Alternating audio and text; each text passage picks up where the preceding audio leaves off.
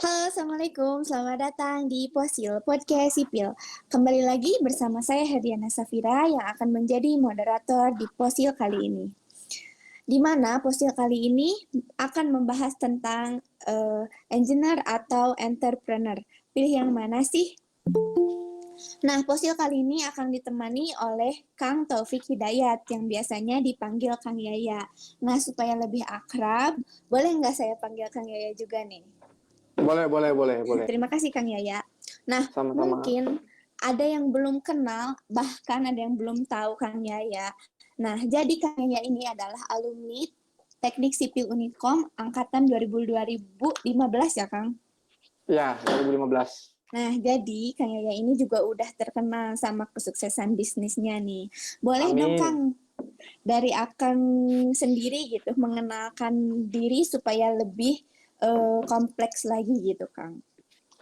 Halo, Assalamualaikum warahmatullahi wabarakatuh. Perkenalkan, nama saya Taufik Hidayat, tapi biasa di kampus tuh lebih sering dipanggil Yaya. Jadi kalau kalian nanya, ada Yaya nggak? Ada Taufik Hidayat nggak? Anak sipil itu kayaknya jarang ada yang tahu. Biasanya orang memang taunya Yaya.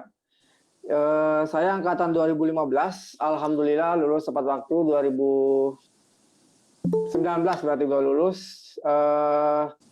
Dengan nilai yang memuaskan menurut saya dan sekarang saya lebih fokus ke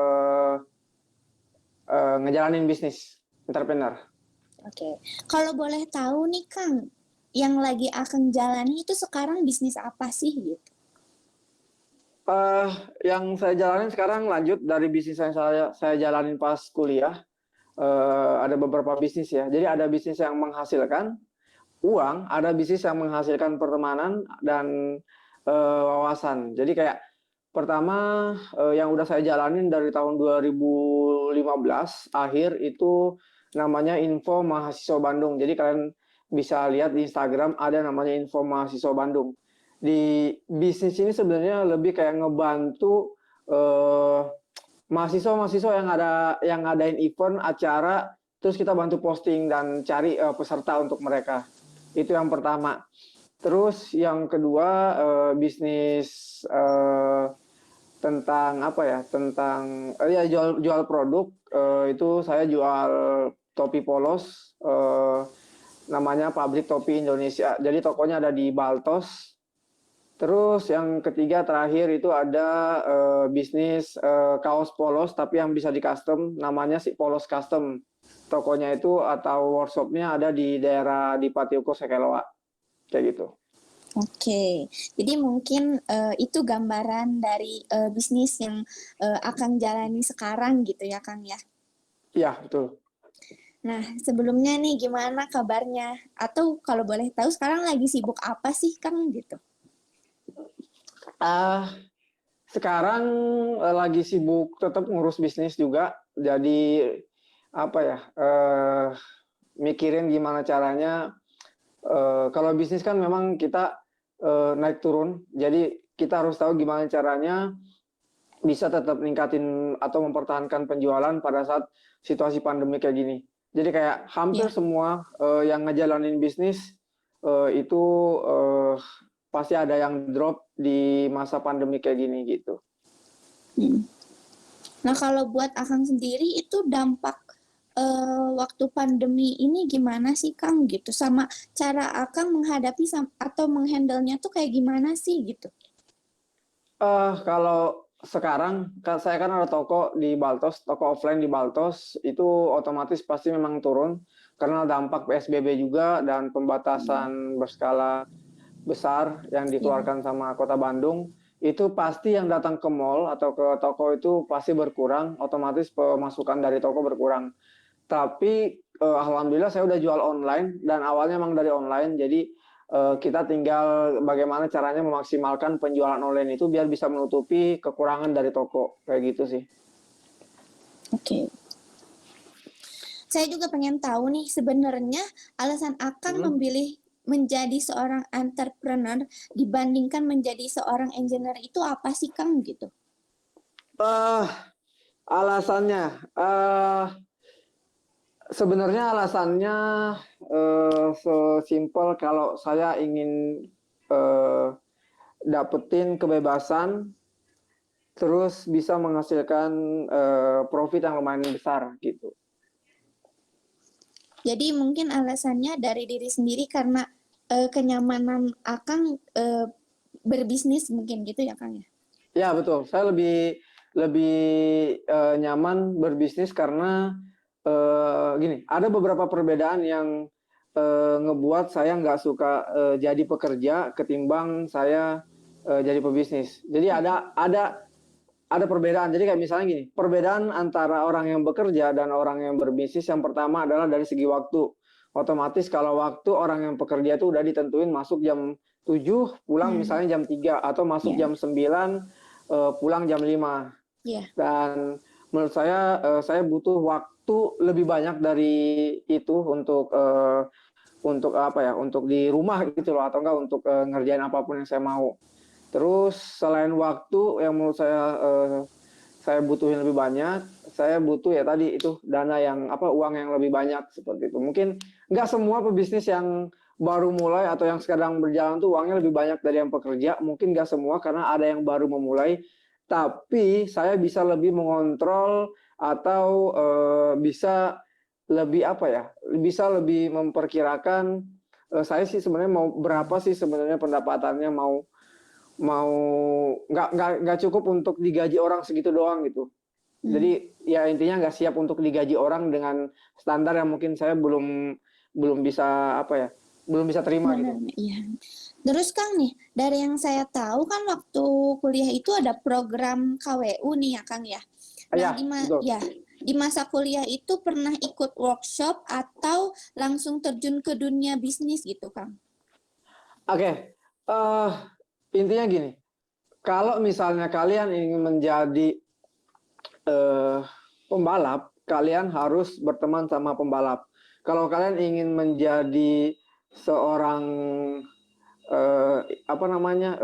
kontraktor, kalian harus berteman sama orang-orang yang ada di lingkup kontraktor. Nah, makanya itu yang saya pakai, saya butuh teman-teman yang punya satu pemikiran sama saya gitu. Jadi saya ikut di UKM pebisnis, saya ikut di 2000 berapa ya? Saya mulai dari 2015 sampai akhir kuliah tuh saya masih aktif di UKM Hipma yang ada di Unikom. Terus setelah lulus kuliah pun saya juga sekarang masih ada di Himpunan Pengusaha Muda Kota Bandung untuk tetap mempertahankan kalau kalau daerah teman-teman daerah sekitar saya itu memang punya aura mereka itu pada saat berbisnis tuh kebawa ke saya juga gitu. Jadi saya jadi kebawa suasana dan kebawa semangat juga untuk tetap di bisnis gitu. Karena biasanya ada orang yang gini, dia nggak ikut ke organisasi atau komunitas pengusaha, dia baru mulai usaha tapi dia drop, dia nggak dapat semangat atau support dari teman-temannya yang sesama pengusaha. Jadi dia baru mulai dan tutup kayak gitu. Itu sih pentingnya ada komunitas atau organisasi. Ya, jadi ada yang support juga karena lingkungannya juga sama-sama mau membangun gitu ya Kang ya? Iya gitu. Oh ya tadi pertanyaannya saya ada ikut atau enggak? Iya saya ada ikut UKM. Terus saya juga ikut workshop kalau misalnya ada pembicara yang saya suka, dia buka workshop saya ikut. Dan kalau misalnya ada kayak lomba-lomba bisnis itu kalian sebenarnya bagus ikut. Jadi kalau misalnya menang bisa dapat pembiayaan dan lain-lain gitu.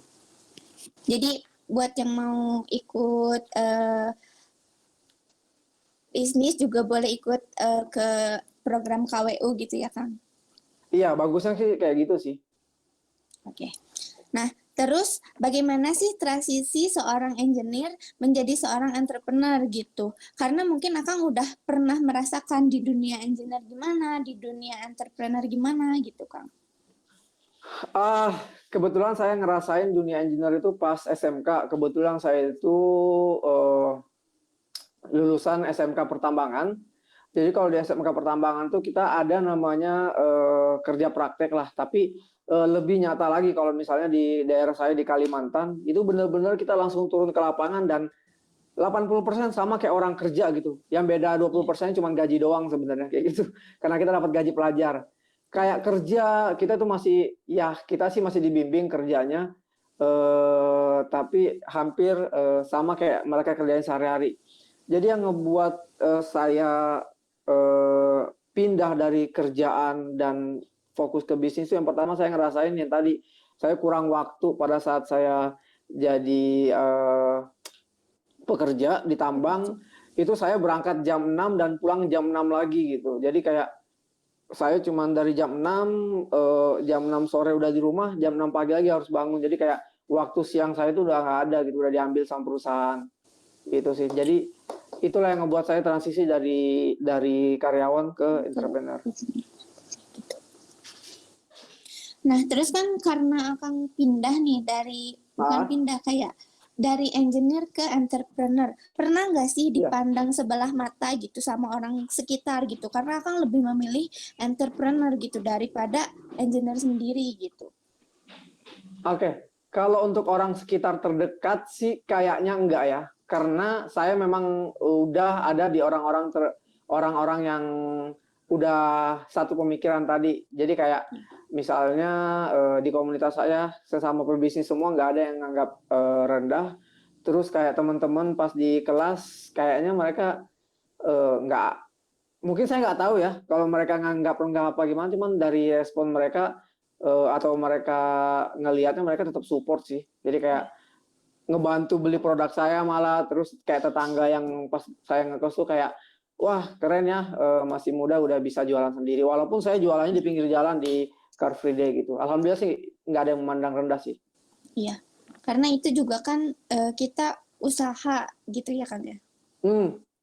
Betul. Mungkin karena kita masih muda kali ya. Kalau kita masih muda terus kayak kita ngelakuin bisnis itu mungkin orang-orang yang lebih dewasa tuh kayak respect gitu.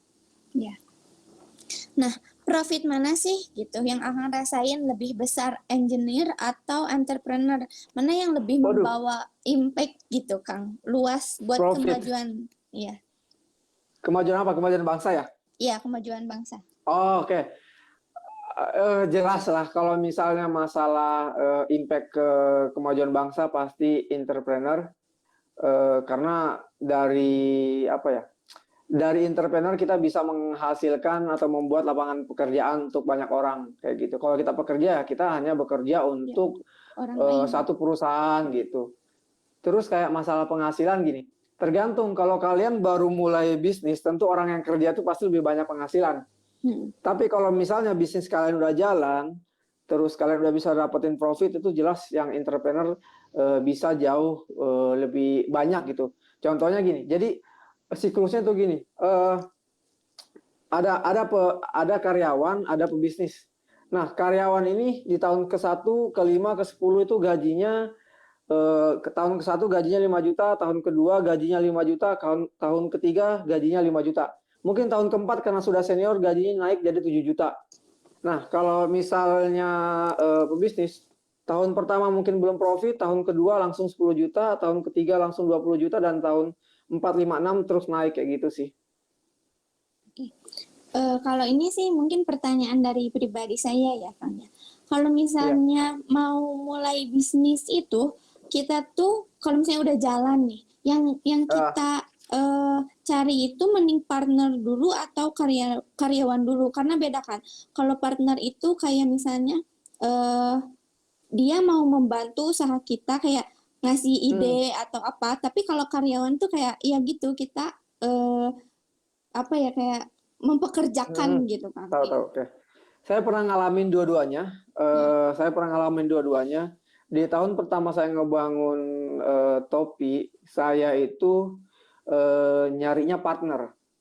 Kenapa saya nyari partner? Kan saya belum punya modal untuk untuk nge-supply semua barang-barang, untuk untuk nyiapin semua alat-alat lah, untuk jualan pun, untuk berjualan di Car Free Day saya belum punya untuk ngebayar karyawan gitu. Jadi saya cari partner. Kebetulan partner saya sekarang itu berarti kita bagi hasil dong dari partner, karena kita nggak berhasil untuk kita nggak bisa untuk gaji dari awal. Nah, kebetulan partner saya sekarang sih alhamdulillah jadi istri sih sebenarnya. Jadi uangnya nggak kemana-mana sebenarnya, di situ-situ doang. Nah, terus barulah kalau misalnya kita udah butuh tenaga untuk kerja, baru kita tenaga bantuan untuk menjalankan bisnis, baru kita cari karyawan. Jangan cari partner lagi, kecuali kalian butuh kayak investasi dan lain-lain. Nah itu investor dan lain-lain ya. Jadi kayak gitu. Terus misalnya nih buat kalian yang baru mau bangun bisnis juga dan nggak punya modal banyak untuk bayar karyawan, mending cari partner, tapi cari partner yang benar. Jangan sampai partner ini bukannya ngebantu kalian untuk meningkatkan penjualan atau meningkatkan bisnis kalian, malah dia yang menghancurkan bisnis kalian, kayak gitu sih. Gitu. Soalnya kan banyak kayak permasalahan pembagian hasil, ada uang disembunyikan dan lain-lain, tuh harus benar sih cari partner. Iya. Kayak gitu. Nah kan dari tadi yang Akang bilang, kan hidup pasti ada turun naiknya nih ya Kang. Oke. Nah, semisalnya posisi kita lagi turun ya Kang, apa Iya. yang akan Akang lakukan jika omset sedang menurun gitu? Dan Oke. sulit untuk kembali lagi ke awal. Nah, Akang bakal milih jadi engineer atau tetap di posisi itu dengan memperbaikinya gitu Kang? Oke. Saya tadi lupa bilang masalah yang penghasilan yang pengusaha dan pekerja. Memang kalau pekerja mungkin katanya orang stabil, gajinya segitu-gitu terus. Tapi pengusaha itu kadang-kadang ya kalau nggak dapat sama sekali, bener nggak dapat sama sekali di bulan itu.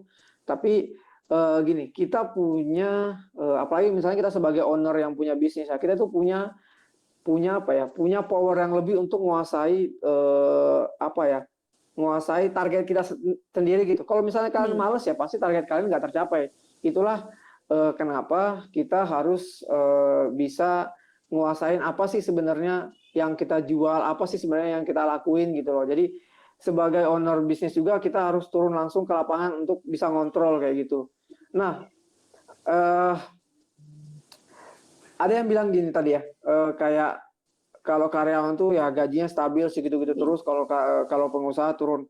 Tapi jangan lupa kalau misalnya kalian itu ya sebagai karyawan nggak akan selamanya bisa kerja di situ. Ada satu saat misalnya kalian tiba-tiba dipecat atau tiba-tiba kalian sakit dan kalian nggak bisa kerja lagi, terus ya itu kalian gimana mau mendapatkan penghasilan lagi kalau misalnya kan nggak bekerja gitu. Terus kalau misalnya kita menjadi pengusaha mumpung masih muda, kita bisa kayak ya udahlah muda, kita coba dulu, belajar dulu.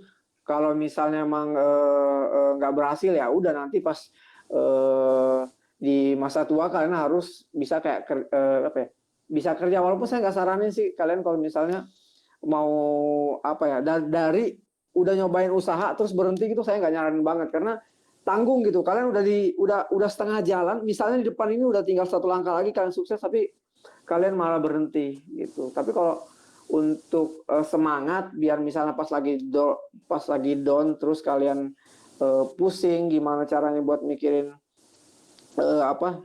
penghasilan itu kebalik lagi atau pendapatan bisnis kalian, ya ada satu saat untuk kalian tuh rem dulu gitu, kayak renungin dulu kalian kira-kira kenapa sih penjualan kalian menurun, kenapa sih kalian belum untung. Nah, tapi kalian merenung terus mencari jalan solusinya, jangan merenung terus berhenti gitu, itu salah. Tapi kalau misalnya masih tetap nggak bisa ngehandle itu gimana Kang? Karena kan kita juga baru mulai gitu dan kurang pengalamannya gitu. Banyak nonton YouTube deh, cari mentor. Banyak nonton YouTube, benar. Jadi kalau kalian nonton YouTube terus lihat kayak ada nih satu YouTuber yang dia pengusaha kayak ya banyak lah pokoknya di YouTube. Terus kalian lihat aja itu inspirasi orang yang dari nol sampai terpuruk terus sukses lagi terus nol lagi, itu banyak sebenarnya. Nah, itu bisa ningkatin mood kalian. Ternyata orang itu bisa dan kalian juga pasti bisa. Oke Kang, terus kalau misalnya nih partner kita yang emang udah gimana ya, kayak menghancurkan gitu bisnis kita mending misalnya bikin baru aja deh, tapi atau mending ngelanjutin yang sama dia gitu, mending mana gitu? Kalau misalnya bisnis yang kalian jalani itu memang masih profit, masih bisa ada peluang untuk menghasilkan, ya kalian lanjutin aja dengan syarat ya benar-benar kalian udah lepas kontak sama yang punya partner kalian gitu. Jangan sampai Pokoknya ada problem, beresin dulu problemnya baru mulai lagi gitu. Gitu sih. Kalau misalnya emang bisnis, jadi gini, kalau kalian mau bisnis, jarang ada orang yang bisnis sekali coba langsung berhasil. Iya. Kalau saya nyoba 4 kali lah, saya jualan ini, saya jualan ini, saya jualan ini, itu nggak berhasil dulu, terus nemu orang yang tepat, nemu partner yang tepat, baru berhasil. Kayak Maaf gitu sih. Kang, tadi suaranya ini apa putus-putus. Oh gitu. Jadi gini, jarang ada orang yang berbisnis terus menemukan bisnis itu cuma sekali coba doang. Pasti ada dulu yang kayak jualan makanan, ada dulu yang jualan baju, ada dulu yang jualan sepatu. Tapi dari belajar terus, gagal belajar terus, baru dia nemu apa yang cocok buat dia, gitu sih. Nah kan Akang nih kan bisnisnya di topi gitu. Nah, cari fashionnya itu gimana nih? Karena kan bisnis itu nggak melulu soal itu ya Kang, gitu. Ini saya menemukan topi ini menemukan bisnis saya atau cara kalian untuk menemukannya tuh? Dua-duanya. Cara Akang menemukan dan supaya kita menemukan fashion kita itu di mana gitu. Kayak gini. Oke. Gini. Jadi biasanya apa ya? Ada masalah, kita cari solusi. Kalau kita berhasil memecahkan masalah, terus kita kasih solusi, itu bisa menghasilkan sesuatu untuk kita. Nah, kalau saya gini kemarin dari pengalaman pribadi sebenarnya. Jadi kayak pas zaman kuliah itu saya pengen mesen satu produk, kayak misalnya kaos, dan pengen harga yang murah, tapi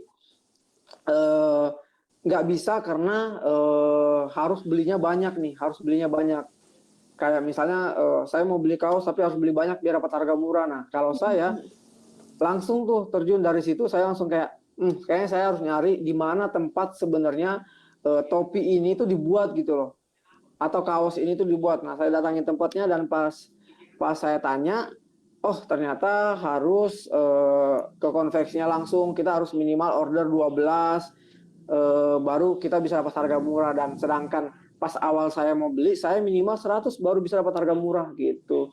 Jadi saya beli, ya udah saya buat sendiri, beli 12, saya jual ke orang tanpa minimal order, bisa dapat harga yang lebih murah gitu. Sebenarnya itu kalau untuk strategi seperti itu harusnya di tempat yang terpisah. Cuman intinya kalau kalian mau menemukan bisnis yang sesuai dengan fashion kalian, itu kalian harus merasakan dulu resahnya gitu. Kalau kalian nggak dapat peluang kayak gitu. Misalnya nih, kayak gue malas banget nyuci sepatu, kayak malas banget nyuci sepatu kan agak males lah kalau dicuci. Makanya orang banyak yang sekarang buat pencucian sepatu kayak gitu sih. Oke Kang. Nah, karena mungkin kan agak berbeda ya dari apa yang Akang dulu pelajari waktu kuliah sama apa yang Akang jalani sekarang. Nah, ada nggak sih ilmu yang bisa diterapkan dari yang Akang pelajarin waktu kuliah sama apa yang sekarang Akang jalani gitu? Kuliah. Apa ya? Kuliah. Tunggu dulu. Apa yang aku dapat dari kuliah ya? Ada sih sebenarnya, ada. Jadi kita pun sebenarnya bisa menjadi pengusaha di dunia teknik sipil sebenarnya nih. Kalian misalnya nih dari jurusan teknik sipil ya, misalnya resah nih, kenapa sih saya mau beli besi misalnya mau beli bajaringan deh, saya mau beli bajaringan tapi kok harganya mahal gitu, padahal saya cuma mau beli satuan. Kalau mau beli banyak baru bisa dapat murah. Nah, kalian coba deh cari itu toko bangunan itu dapat besinya dari mana, apakah dari pabrik ataukah ada suppliernya. Jadi kalian bisa beli terus kalian bisa jual, nggak harus punya toko, bangunan, kalian bisa jual online. Misalnya nih baja ringan harga per meter misalnya 10.000, kalau di material kan 15.000. Nah, kalian bisa jual 13.000 di online. Kenapa di material itu jual 15.000? Mungkin 3.000 untungnya. Mungkin dari modal 10.000, 3.000 untuk membuat dia, 2.000 ini untuk nutupin karyawan sama sewa ruko. Nah, kalau kalian nggak perlu nyewa ruko sama bayar karyawan, kalian 3.000 ini bisa untung sendiri dengan cara jualan online gitu. Mungkin pengiriman sekarang bisa pakai Gojek atau GoBox kayak gitu sih. Betul. Terus ada nggak sih hal yang ditakuti gitu ketika menjadi seorang entrepreneur gitu? Nah, cara mengatasi hal tersebut gimana gitu, Kang? Yang saya takutin barusan terjadi sih sebenarnya. Itu pandemik sih sebenarnya. Jadi kayak Oh, mall-mall ditutup tiba-tiba, dan dulu kan kita nggak mikir tuh kayak mana mungkin sih mall itu di seluruh Indonesia bisa ditutup. Ya ternyata terjadi ya. gitu dengan adanya pandemik. Takut sih ya, mungkin takut. Cuman yang paling penting kita harus bisa cari jalan keluarnya sih. Itu. Terus Kang nih kalau buat kita yang takut gagal itu gimana, Kang? Ah, kalau kalian takut gagal, berarti kalian takut sukses. Karena kegagalan itu pasti mulainya dari kesuksesan itu pasti dimulai dari kegagalan. Kayak saya nih gagal dulu jualan barang ini, gagal dulu jualan barang ini. Ternyata ketemu nih waktunya, alhamdulillah saya berhasil kayak gitu. Jadi kalau buat kalian takut gagal, berarti kalian tuh emang belum siap untuk sukses. Oke. Jadi harus benar-benar pede gitu ya, Kang ya. Iya, Dari coba dulu awal. aja.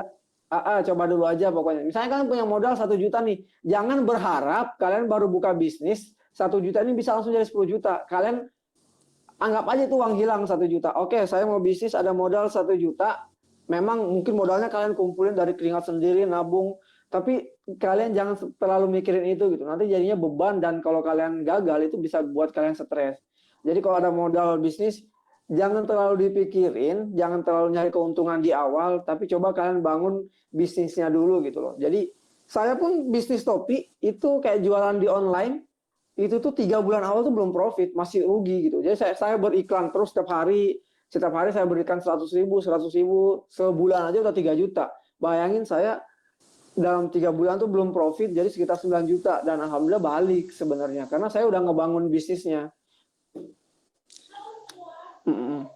Berarti jangan kaget dulu kalau misalnya di awal kita belum dapat profitnya gitu ya, Kang ya. Jangan kaget dulu, jangan kaget dulu. Makanya kalian kalau mau berbisnis dari dulu yang kecil-kecil, jangan langsung oke, gue lihat Kang Yaya semangat bisnis, saya mau bisnis langsung buka ruko nyewa 30 juta, karyawan 4. Jadi ya itu yang bikin pusing sebenarnya. Banyak yang di YouTube gitu kayak stres. Jadi belajar dari pengalaman orang gitu. Di YouTube itu banyak yang sekarang orang-orang yang sukses, atau di seminar-seminar banyak orang sukses.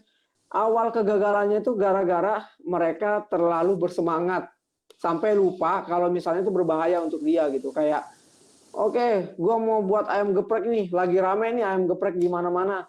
Kita nyewa ruko 30 juta per bulan misalnya di mall. Terus karyawan 5, satu orang anggaplah bayar 3 juta.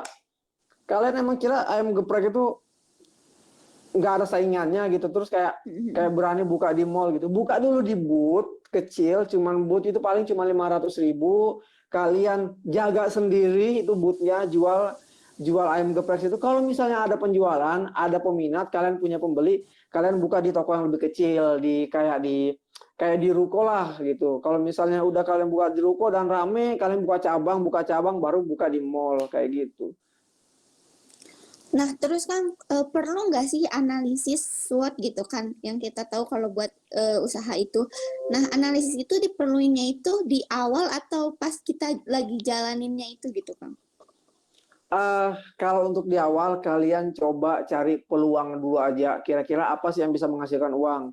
Kalau misalnya udah jalan, baru kalian analisis bagaimana cara menghasilkan uang yang lebih banyak dari bisnis itu.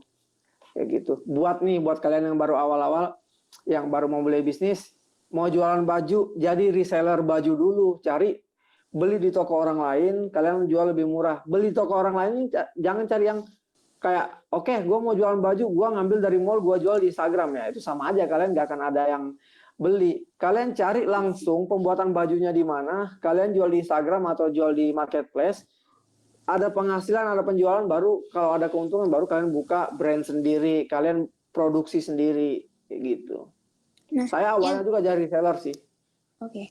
Nah, yang jadi masalahnya yang di marketplace itu, Kang, kalau misalnya kita kurang promosi, itu Ya, orang jarang lihatnya ya, Kang ya. Sedangkan untuk iklan dan endorsement itu kita harus bayar kan. Nah, iya. jadi uang untuk iklan dan endorsementnya kalau misalnya nggak ada, tapi kita butuh gitu buat Iya. Jadi promosiinnya itu gitu. tuh itu tuh berarti masuknya kayak ke materi gimana sih caranya meningkatkan penjualan. Sebenarnya saya juga pernah diundang bicara kayak gini dan ngebahasnya pas banget itu. Gimana cara meningkatkan penjualan. Saya di awal tadi cerita bilang di bulan pertama saya belum untung, di bulan kedua belum untung, di bulan ketiga belum untung. Nah, ini yang saya alamin. Jadi saya belum untung ini berarti saya belum untung masalah uang, berarti bukan berarti saya belum dapat apa-apa gitu. Di bulan pertama saya ngabisin misalnya 3 juta, saya belum dapat belum balik modal 3 juta ini. Tapi saya sudah ada pelanggan ya. Saya sudah ada pelanggan dan tahu pelanggan itu kalau saya itu jualan topi misalnya. Di bulan kedua pelanggan saya lebih banyak, tapi memang belum balik modal. Di bulan ketiga, bulan keempat, baru pelanggan saya lebih banyak lagi, terus balik modal. Nah, kalau buat kalian jualan di online nih, ada sekarang yang fitur namanya kayak, oke, kalian mau jualan online, mau jual barang, kalian udah nggak mikirin barang berarti ya, karena kalian bisa jadi reseller atau dropshipper yang nggak perlu bayar dulu barangnya, baru kalian bisa jualan. Kalian udah bisa dapat berjualan secara gratis sebenarnya, tinggal kalian pikirin iklannya. Nah, kalau saya di awal-awal gini, khususnya di marketplace nih, cara yang saya pakai sebenarnya yang bisa ningkatin penjualan saya di awal, yang pertama itu orang takut belanja kalau misalnya belum ada orang yang pernah belanja. Jadinya saya buat fake account biar saya belanja sendiri toko saya nih, uangnya balik di situ-situ aja tuh. Nah, saya konsisten nih per hari saya belanja 100 piece untuk di produk saya. Dalam sebulan saya itu bisa ada penjualan 3.000. Orang ini udah nggak takut untuk belanja di kita. Yang kedua, kalau misalnya foto produk kita lagi jelek atau kurang menarik, ya dibuat lebih menarik. Ikutin. Nggak semua yang menarik itu rapi ya. Karena ada orang yang lebih suka kalau misalnya fotonya itu real, dipegang pakai tangan, terus difoto doang. Nggak harus pakai background putih, harus pakai model dan lain-lain. Nggak harus. Gitu sih. Masih banyak triknya lagi sebenarnya kalau meningkatkan penjualan, cuman bukan di segmen ini. Tadi udah saya kasih tahu satu tuh. Fake order aja. Makasih, Kang. Oke, jangan ini semoga videonya nggak nonton sama Tokopedia atau Shopee, ntar ke ban soalnya. Nah, kalau misalnya bisa ngulang waktu nih, khususnya semasa kuliah dulu nih, Kang. Nah, ada nggak sih hal yang pengen akan rubah gitu? Sebenarnya nggak ada. Karena kalau misalnya saya rubah, belum tentu saya sekarang masih jadi pebisnis. Benar nggak sih? Tapi kalau misalnya masalah bisnis yang mau dirubah, itu mungkin saya bakal lebih serius lagi berbisnis. Mungkin kalau bisa dari SMK saya udah mulai bisnis sebenarnya. Harusnya seperti itu. Udah dari lama ya, Kang ya? Harusnya dari lama. Karena kalian lihat nih orang-orang yang sekarang udah sukses, kayak Ketua HIPMI Sandiaga Uno, terus kayak Mardhani Maming, Ketua HIPMI saya sekarang, itu mereka selalu bilang kayak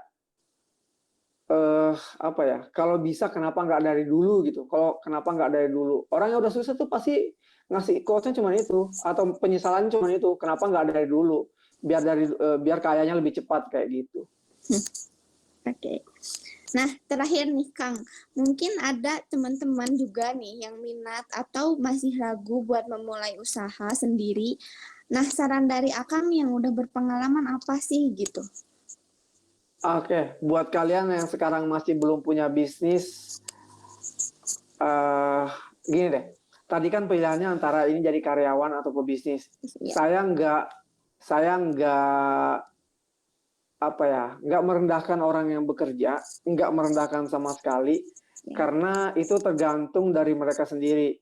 Mereka bisa aja butuh duit cepat, jadi makanya kerja, atau mereka benar-benar kayak ya udahlah nggak mau ambil pusing, mereka makanya kerja. Tapi kalian coba pikirin masa depan kalian. Kalian mau tetap jadi pekerja selama berapa puluh tahun dengan gaji yang segitu-gitu doang, atau kalian sekarang mau ngambil resiko untuk berbisnis dan goalnya adalah kalian bisa duduk nyantai, nikmatin penghasilan dan nge-monitorin karyawan. Kayak gitu sih. Buat kalian yang baru mau mulai, nggak usah takut untuk mulai, karena kalau kalian belum gagal berarti kalian belum siap untuk berhasil. Kayak gitu. Kalau misalnya yang udah mulai terus gagal gimana nih Kang? Coba lagi, berarti kalau kalian udah mulai terus gagal, kayaknya yang kedua kalian bakal berhasil deh. Kalau misalnya kedua gagal nih, kayaknya yang ketiga bakal berhasil. Terus aja ya kayaknya coba. Iya terus. Jangan patah semangat. Banyak nanya sih sebenarnya. Banyak nanya apa sih yang misalnya problemnya apa nih? Kamu gagal gara-gara apa? Karyawan nggak benar kerjanya. Oke, nanti cari karyawan yang lebih benar atau kalian kerjain sendiri, nggak usah pakai karyawan dulu. Masalah waktu kalian tersita ya itu resikonya. Resiko sebagai pengusaha waktu kalian pasti bakal tersita. Gitu. Iya. Cari tuh permasalahannya sebenarnya kalian gagalnya tuh di mana. Terus nanya ke orang gitu loh, kayak Kang gagal nih saya jualan online, penjualannya gimana? Nah nanti saya kasih saran kayak gitu. Kalau masih gagal lagi cari ke orang yang lain. Kayak gitu ya Kang. Nah, Ya gitu. waktunya juga udah habis nih. Nggak apa-apa ya Kang ya, kita tutup aja. Waduh, udah habis ya? Iya. Ya udah nggak apa lah. Malam juga karena waktunya udah habis.